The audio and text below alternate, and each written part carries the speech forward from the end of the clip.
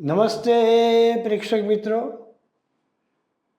આજે આપણે વૈકલ્પિક ચિકિત્સા ક્ષેત્રે લોગોથેરેપી નામની એક ચિકિત્સા પદ્ધતિ છે તેના ઉપર વિચાર કરીશું. યુનિવર્સિટી ઓફ વિયેનાની સાયકિયાટ્રી વિભાગના વડા તરીકે કામ કરનારા, તેના મનોચિકિત્સક, એક્ઝિસ્ટેન્શિયલ જે એનાલિસિસ કહેવાય એના પણ એ પ્રણેતા રહી ચૂક્યા છે એવા ડૉક્ટર વિક્ટર ફ્રેન્કલે પ્રસ્થાપિત કરેલી આ થેરેપી એ અર્થબોધ ચિકિત્સા તરીકે ઓળખાય છે. ડૉક્ટર વિક્ટર ફ્રેન્કલ હિટલરના નાઝી કેમ્પના હોલોકાસ્ટ સર્વાઈવર હતા. હિટલર દ્વારા કેદ કરવામાં આવ્યા ત્યારે એમણે આ પદ્ધતિ વિકસાવી હતી. લોગોથેરેપીનો અર્થ થાય છે કે દરેક વ્યક્તિએ એના જીવનમાં કોઈ ઉમદા હેતુ, આદર્શ, ધ્યેય રાખવું જોઈએ.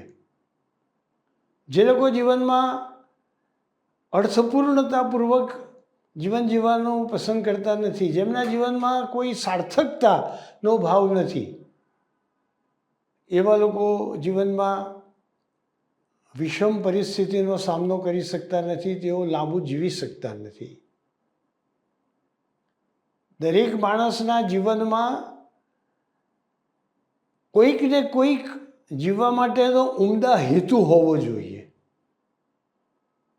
લોગોથેરેપી આ બાબત ઉપર ખૂબ ભાર મૂકે છે.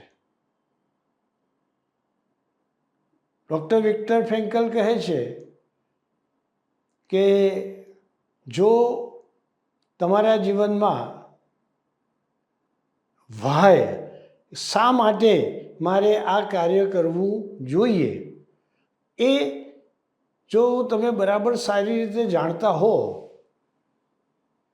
તો પછી હાઉ એટલે કેવી રીતે મારે એ કરવું પડશે, અનુકૂળ પરિસ્થિતિ હશે કે પ્રતિકૂળ પરિસ્થિતિ હશે, એના જીવનમાં કોઈ બહુ મોટી વિચારવાની બાબત નહીં રહે. ગમે તેવા વિકટ સંજોગોમાં પણ તે જીવી શકશે પ્રસન્નતાપૂર્વક, આનંદપૂર્વક, મનને શાંત રાખીને એ વિકટ સંજોગોનો સામનો કરી શકશે. જીવનને સાર્થક બનાવવું જોઈએ. હું જે કાર્ય કરું છું એ કાર્ય કરવાથી મને સંતોષ મળશે, એ કાર્ય કરવાથી મને આ પ્રકારની આંતરિક શાંતિ મળશે, એવી એને આંતર પ્રતીતિ થવી જોઈએ. ગમે તેમ કરીને કામ કરી નાખ્યું, અર્થહીન રીતે જીવન જીવી નાખ્યું તો ન તો એ જીવનમાં કોઈ સુખ આવશે, ન તો એ જીવનમાં કોઈ શાંતિ આવશે, ન તો એને પોતાને કોઈ સંતોષ મળશે, ન તો એના થકી બીજા કોઈને કોઈ સંતોષ મળશે.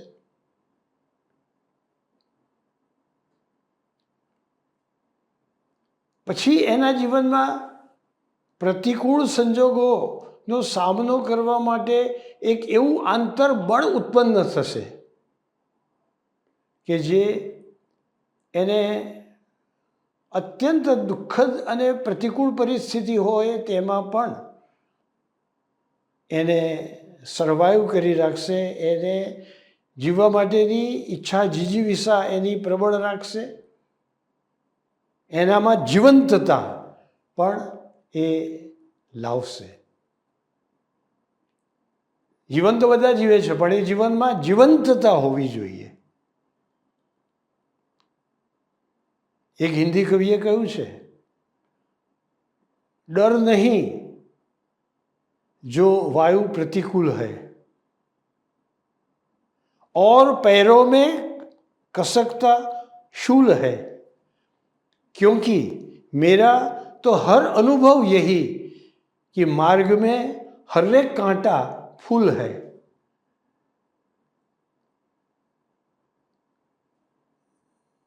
જો આવા પ્રકારની જિંદાદિલી હોય, જિંદગીનું નામ જ જિંદાદિલી છે.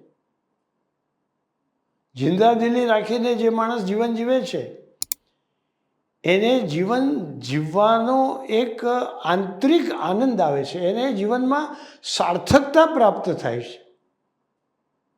એ જે અર્થપૂર્ણતા છે, એ જે વિવેકપૂર્વકની બુદ્ધિમત્તા છે, એ જ્યારે આવે ત્યારે જે સાર્થક છે એ ટકી રહે છે અને જે નિરર્થક છે તે છૂટી જાય છે. શ્રીમદ ભગવદ્ ગીતાના 15મા અધ્યાયના 20મા શ્લોકમાં ભગવાન શ્રી કૃષ્ણ અર્જુનને કહે છે, ઇતિ ગુહ્યતમમ શાસ્ત્રમિદમ ઉક્તમ મયા નગ એતદ બુદ્ધવા બુદ્ધિમાન સ્યાત કૃતકૃત્યશ્ચ ભારત. અત્યંત ગહન કહેવાય એવી બાબત મેં તને કહી છે. હે અર્જુન, એને બુદ્ધિપૂર્વક એતદ બુદ્ધવા બુદ્ધિમાન સ્યાત, એતદ શ્રુત્વા બુદ્ધિમાન સ્યાત, આને સાંભળી અને તું બુદ્ધિમાન બન. કૃતકૃત્યશ્ચ ભારત, અને કૃતકૃત્ય બન, તારા જીવનને કૃતાર્થ બનાવ.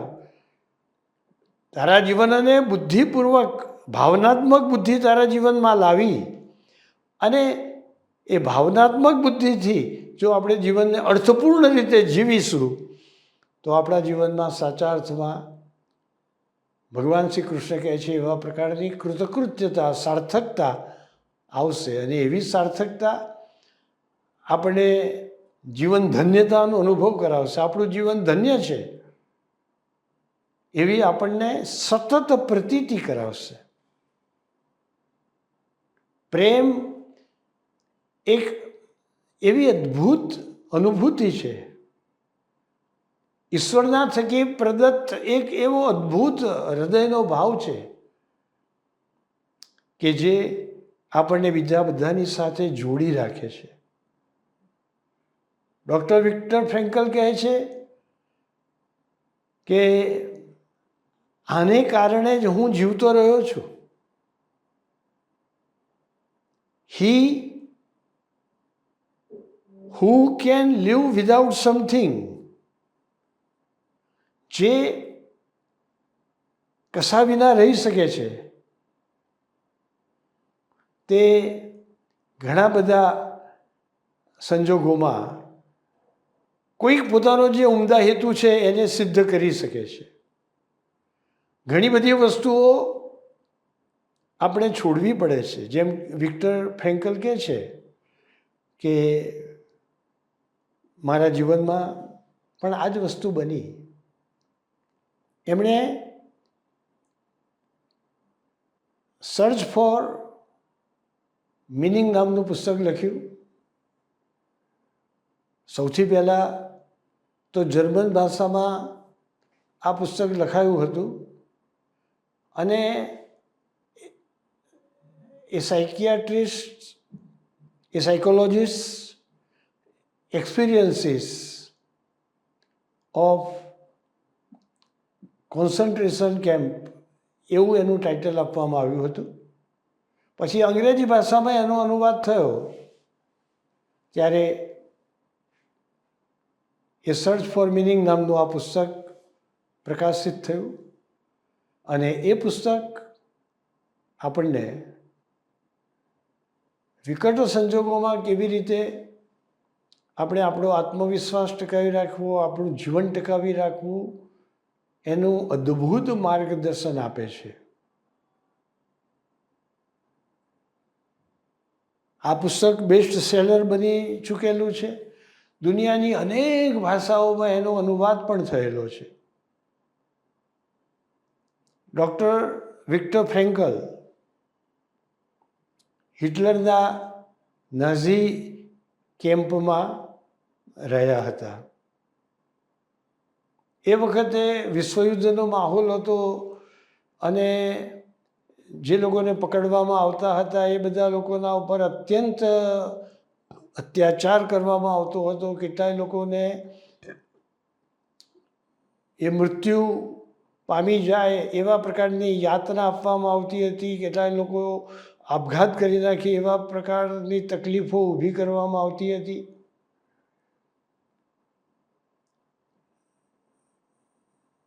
જે લોકોને કેદ કરવામાં આવે એમને જ્યારે અંદર દાખલ થતા હોય ત્યારે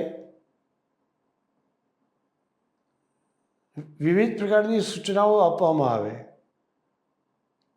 હિટલરના માણસો જુએ કે આ માણસના ચહેરા ઉપર નિરાશા દેખાય છે, આ માણસ વધારે જીવવાની ઈચ્છા ધરાવનારો નથી, તો એમને એમ કહે કે જમણી તરફ વળી જાઓ. અને જમણી તરફ એ લોકો વળી જાય એટલે એમને ગેસ ચેમ્બરમાં પૂરીને મારી નાખવામાં આવતા હતા. જે લોકોના ચહેરા ઉપર આશાવાદીતા હોય, આ લોકો કઠોર મહેનત મજૂરી કરી શકાય એવા છે, હજુ વધારે જીવી શકાય એવા પ્રકારના છે એવું લાગે તો એમને એમ કહેવામાં આવતું કે ડાબી તરફ વળી જાઓ. ડાબી તરફ વળી જાય એ લોકો જીવતા રાખતા હતા, પણ એમની પાસે સવારથી મોડી સાંજ સુધી કાળી મજૂરી કરાવતા. એટલી મજૂરી કર્યા બાદ પણ એમને અડધી બ્રેડ અને પાણી જેવો સૂપ આપવામાં આવતો. અને એ ક્રૂર જે સૈનિકો હતા એ ઘણી વખત તો એમને બ્રેડ અને એ સૂપ બતાવી અને પાછો લઈ લેતા હતા. આવા અનેક પ્રકારની યાતનાઓ એમને આપવામાં આવતી હતી. વિક્ટર ફ્રેન્કલ કહે છે કે જે લોકોને કેદ કરવામાં આવતા હતા એ લોકોમાંથી પણ મોટાભાગના લોકો મરી ગયા હતા. લગભગ 95% લોકો ક્યાં તો ગેસ ચેમ્બરમાં ક્યાં તો કાળી મજૂરીને કારણે મરણ પામ્યા. જે 5% લોકો જીવતા રહ્યા એમાંના એક આ ડૉક્ટર વિક્ટર ફ્રેન્કલ હતા. એમણે જીવનમાં આદર્શ રાખેલો કે મારે મારી પત્નીને મળવું છે. પોતાની પત્ની માટે જે પ્રેમ હતો એ પ્રેમે એમને જીવતા રાખ્યા. મારે આખી દુનિયાને બતાવવું છે કે હિટલરના કેમ્પમાં કેવા પ્રકારનો ત્રાસ આપવામાં આવે છે, એના વિશે વ્યાખ્યાનો આપવા છે, એના વિશે પુસ્તક લખવું છે. એ હેતુ એમણે રાખ્યો. પોતાના કુટુંબને મળવાનો હેતુ, પોતાની પત્નીને મળવાનો હેતુ એમણે જીવનમાં રાખ્યો. એ હેતુથી આટલા બધા અત્યાચારોની સામે પણ એ જીવતા રહ્યા. અને એ ગાળા દરમિયાન એમણે આ લોગોથેરેપી ઉત્પન્ન કરી, એના સિદ્ધાંતો એમણે જગતની સામે મૂક્યા અને કહ્યું કે તમારા જીવનને તમે અર્થપૂર્ણ બનાવો.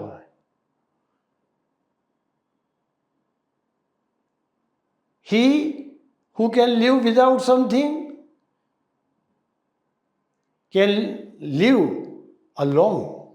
જે કશીક વસ્તુના વિના જીવી શકે છે અને આનંદપૂર્ણ જીવી શકે છે, પ્રસન્નતાપૂર્વક જીવી શકે છે,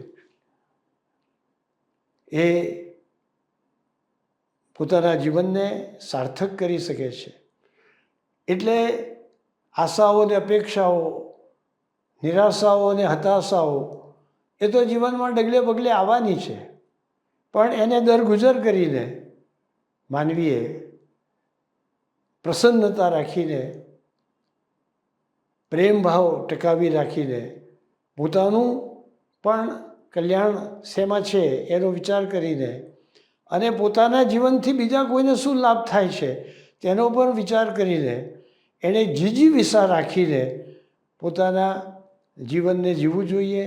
તો ગમે તેવા વિકટ સંજોગોમાં પણ હાવું એટલે કે કેવી રીતે એને જીવવું પડે છે એને ધ્યાનમાં લીધા વિના એ વાય શા માટે મારે જીવવું છે, શા માટે મારે મારા જીવનને ટકાવી રાખવું છે, એનો જો એ વિચાર કરે તો એ ગમે તેવા હાવ એટલે કે ગમે તેવી એ પરિસ્થિતિ હોય એનો સામનો કરી શકે છે. તો જીવનને અર્થપૂર્ણ બનાવો, જીવનને સાર્થક બનાવો, જીવનને ધન્ય બનાવો, તો તમે ઘણું લાંબુ જીવશો. એવા પ્રકારનો આપણને સંદેશો ડૉક્ટર વિક્ટર ફ્રેન્કલે આ પુસ્તકમાં આપેલો છે. નમસ્તે.